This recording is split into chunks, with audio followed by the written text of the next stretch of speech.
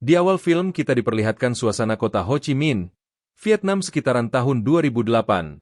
Choi Yong-gi bersama temannya sedang melihat tanah di dekat kota. Choi terheran mengapa ini belum ada bangunan. Lantas temannya bilang, dahulu tempat ini ingin dijadikan pabrik semikonduktor, tapi rencana itu batal, dan tempat ini mau diubah menjadi daerah wisata. Tak lama datang sebuah mobil. Masuklah Choi ke dalam mobil itu.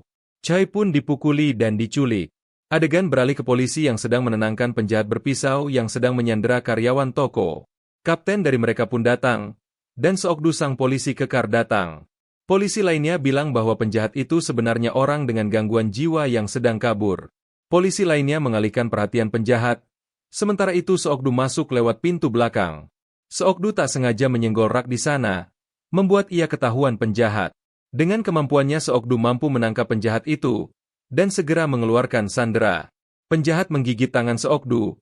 Dengan kesal seokdu memukul penjahat hingga tepar.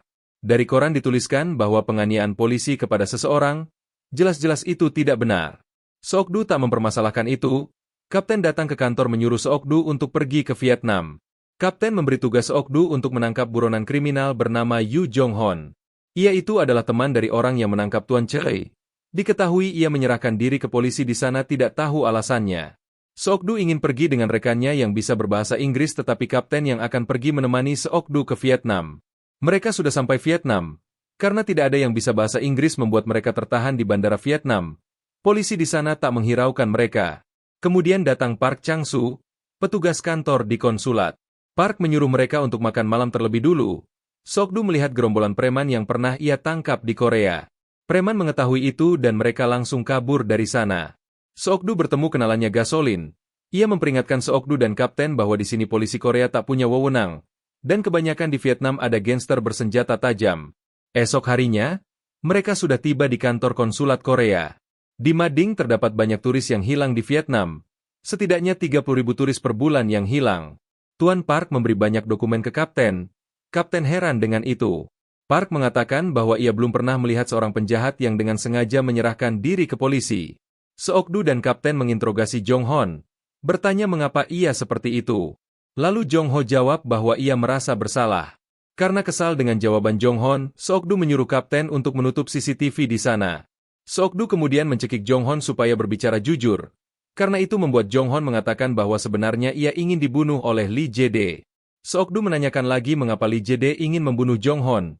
Ia tak mau menjawab. Seokdu menaruh kuping Jong-hon ke meja dan Seokdu memukul meja. Dan ia masih tak mau berkata jujur. Kemudian Seokdu dan kapten berkunjung ke kenalannya. Karena pintu terkunci Seokdu tak sengaja mematahkan gagang pintu itu. Mereka mendapati Lee sudah tak bernyawa di kamarnya. Malam harinya mereka kembali ke kantor konsulat untuk menemui Jong-hon.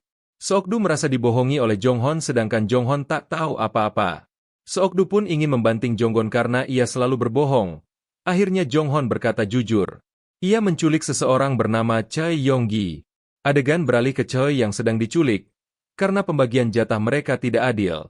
Mereka pun bertengkar, membuat Choi kabur dari mobil. Choi pun tertangkap juga. Choi memberi syarat agar ia dapat lolos. Mereka para penjahat akan dapat uang $200.000 dan juga batangan emas.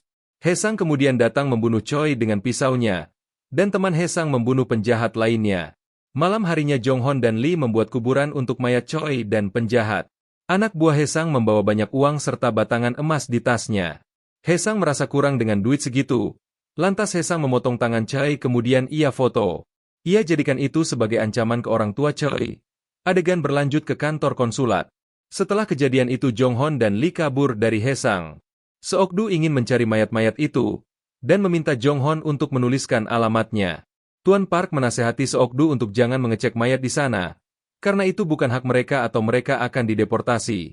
Esok harinya, Seokdu meminta anak buahnya untuk mencari data dari Hesang dan Choi. Mereka harus menunggu setidaknya 1 bulan sebelum surat perintah dibuat, karena terlalu lama. Seokdu mendatangi TKP, mereka menemukan mayatnya. Kemudian polisi Vietnam pun datang ke lokasi untuk mengamankan mayat itu. Total ada 4 mayat. Seokdu menelpon rekannya menanyakan tentang Hesang. Kepala kepolisian di sana menyuruh Seokdu dan kapten untuk kembali ke hotel mereka. Segerombol orang mengecek hotel Hesang menemukan banyak uang di sana. Seokdu dan kapten pergi ke sebuah tempat judi. Mencari raku seorang preman yang pernah mengejar Hesang. Dengan keahliannya Seokdu melumpuhkan banyak orang, dan ia menanyakan mengapa Raku mencari Haesang. Ia dibayar tentara Korea untuk mencari keberadaan Haesang. Seokdu dan kapten pun pergi menuju Haesang. Anak buahnya menelpon Seokdu, memberitahu bahwa Choi belum pernah dilaporkan menghilang. Sepertinya ayah Choi mengirim tentara bayaran untuk mencari penculik dari anaknya. Haesang serta anak buahnya kembali ke hotelnya. Ia melihat bekas rokok tepat di depan kamarnya. Ia pun masuk ke kamar mandi hotelnya. Tentara ditarik masuk oleh Haesang. Haesang keluar dan melumpuhkan semua tentara bayaran. Tentara memberitahu bahwa dirinya dikirim oleh ayah Choi. Haesang menelpon ayah Choi. Dan Haesang akan menemui ayah Choi. Kemudian Seokdu dan kapten datang ke hotel Haesang. Ia melihat banyak orang yang terbunuh, dan mendapati banyak paspor turis di hotel itu. Tiba-tiba kapten ditusuk pisau Haesang. Ia pun tak bisa melawan Seokdu. Karenanya Haesang kabur dari sana. Seokdu dialihkan perhatiannya oleh anak buah Haesang. Ia pun menghajar orang itu hingga pingsan. Seokdu membawa kapten ke rumah sakit di sana untuk mengobati lukanya. Anak buahnya memberitahu bahwa kasus penculikan ini sudah banyak terjadi. Biasanya mereka diculik kemudian penculik meminta tebusan. Setelah mendapat tebusan korban tak kunjung kembali. Tuan Park bilang bahwa Seokdu dan kapten akan segera dideportasi dari Vietnam. Tuan Park mengalihkan perhatian polisi agar Seokdu bisa menanyakan keberadaan Haesang ke rekannya. Ia pun tak mau menjawab. Polisi Vietnam meminta Seokdu untuk pergi dari negaranya. Seokdu ingin pulang ke Korea karena Haesang sedang menuju ke sana untuk menemui ayah Choi. Mereka sudah sampai Korea. Seokdu menyuruh kapten untuk istirahat. Seokdu serta anak buahnya pergi menemui Jang Isu. Seokdu menanyakan kapal yang berasal dari Cina. Jang memberikan kartu nama Kapten Kim ke Seokdu. Kembali ke kantor polisi, anak buah Seokdu mendapat rekaman CCTV di pelabuhan dan melihat Haesang sedang mencuri mobil. Anak buah ayah Choi memberitahu bahwa Haesang sudah tiba di Korea, dan ayah Choi meminta untuk menambah tentara bayaran. Seokdu dan kapten menemui kepala polisi di sana. Kepala polisi memberikan kasus ini ke luar negeri. Kemudian kapten bilang ia curiga dengan hilangnya beberapa turis yang disangkakan dengan Haesang. Kepala polisi memberi waktu 1 minggu untuk Seokdu dan kapten menyelesaikan kasus ini. Kemudian Seokdu serta anak buahnya menemui ibu dari Choi. Seokdu mendapat keberadaan Haesang, ia mengecek menggunakan mobil anak buahnya. Ia sudah sampai lokasi. Haesang membersihkan mobilnya sebelum dibuang begitu saja. Tentara bayaran ayah Choi sudah sampai parkiran. Haesang berada satu lift dengan ayah Choi. Dengan susah payah ia membunuh anak buah ayah Choi. Di parkiran tentara bayaran dibunuh juga oleh anak buah Haesang. Polisi di sana tak sempat menghentikan mobil Haesang. Seokdu, anak buah dan istri ayah Choi melihat rekaman ayah Choi yang disiksa Haesang. Ibu Choi meminta Seokdu untuk membantu menangkap Haesang. Seokdu meminta Nyonya Kim untuk membujuk Haesang lewat telepon yang mereka sadap. Haesang meminta tebusan lebih besar dari sebelumnya untuk melespakan ayah Choi. Nyonya Kim meminta transaksi mereka secara pribadi. Haesang meminta Kim untuk membawa uangnya besok, serta Nyonya Kim meminta agar ia pergi bersama supirnya. Seokdu menyuruh Jang untuk menjadi supir Nyonya Kim. Anak buah Haesang menelpon Kapten Kim. Ia memesan 1 kapal. Haesang merencanakan sesuatu. Ia menyuruh anak buahnya untuk menyasarkan Nyonya Kim lalu membunuhnya dan mengambil uangnya. Jang sudah bersama Nyonya Kim. Terlihat anak buah Haesang memantau mereka. Jang bilang bahwa dirinya detektif ke Nyonya Kim. Anak buah Seokdu mengawal mobil Kim. Dan anak buah lainnya disuruh ke kediaman Haesang untuk menemui Choi. Sementara Seokdu dan kapten tetap berjaga di mobil. Di lampu merah, anak buah Seokdu melaporkan bahwa ia menemui anak buah Haesang. Haesang menelpon Nyonya Kim menyuruhnya untuk berputar arah. Anak buah Haesang mengetahui bahwa dirinya diikuti mobil van. Seokdu bergantian mengejar anak buah Haesang. Haesang menyuruh Nyonya Kim untuk berputar balik sekali lagi. Haesang mengetahui bahwa ia telah ditemukan polisi. Anak buah Seokdu menemukan mobil ayah Choi namun tidak dengan orangnya, dan ia langsung memeriksa gedung di sana. Ia menemukan Tuan Choi dan Haesang menusuknya. Kemudian polisi datang membawa Haesang kabur. Tak lama kapten pun datang, menyuruh Seokdu untuk melakukan operasinya. Haesang menyuruh anak buahnya untuk mundur karena mereka sudah diketahui polisi. Anak buahnya pun tak menghiraukan perkataan Haesang. Seokdu menelpon Nyonya Kim, mengabari bahwa suaminya telah diamankan. Memberitahu ia bahwa mereka sedang dibuntuti penjahat lainnya. Mobil Kim dihadang penjahat, lalu ia kabur dari belakang. Mereka ke parkiran pusat perbelanjaan, menyuruh Nyonya Kim untuk kabur ke mall. Jang menaiki mobil dikejar penjahat. Penjahat lainnya mengejar Nyonya Kim.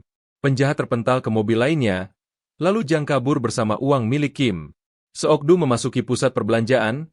Sementara di parkiran dua polisi berkelahi dengan penjahat kemudian memborgolnya. Penjahat mencekik Nyonya Kim. Seokdu datang mematahkan tangan penjahat dan memukulnya hingga terkapar. Jang yang ingin kabur bersama duit Kim, ditabrak mobil Hesang. Ia pun kabur bersama koper menaiki taksi. Hesang menusuk dua polisi di sana. Anak buah Seokdu bilang bahwa Jang kabur membawa koper dan Hesang menikam polantas. Di hotel Hesang melihat beritanya di TV bersama Jang yang membawa kabur uang Nyonya Kim. Jang meminta kapal ke Kapten Kim untuk kabur. Ternyata ia menemui Hesang di sana. Hesang mengambil koper itu dan Jang kabur. Hesang menaiki bus dan Jang melihat itu. Tak berapa lama bis itu diberhentikan oleh Seokdu. Meminta semua penumpang untuk turun dari bis. Mereka mulai berantem. Seokdu menendang Hesang, melempar palanya ke kaca bis dan membanting Hesang. Hesang memukul balik Seokdu dan Seokdu kembali memukul Hesang dan menendangnya hingga mental ke depan bis. Hesang menyerang Seokdu dengan wiper mobil. Seokdu membalasnya dengan menjatuhkan Hesang ke kaca mobil dan memukulnya dengan keras. Kapten datang ke TKP bersama anak buahnya. Seokdu menelpon Jang memberitahukan bahwa ia telah menangkap Hesang. Adegan beralih ke Jang ketika ingin kabur bersama koper. Ternyata Seokdu yang menyuruh Jang untuk memesan kapal ke Kapten Kim. Di TV diberitakan bahwa Hesang sudah tertangkap. Ia menargetkan turis asing sebagai korbannya. Seokdu, Kapten, para polisi makan bersama. Dengan begitu selesailah alur cerita film ini guys. Itulah cerita dari film The Roundup. Sampai bertemu di video selanjutnya.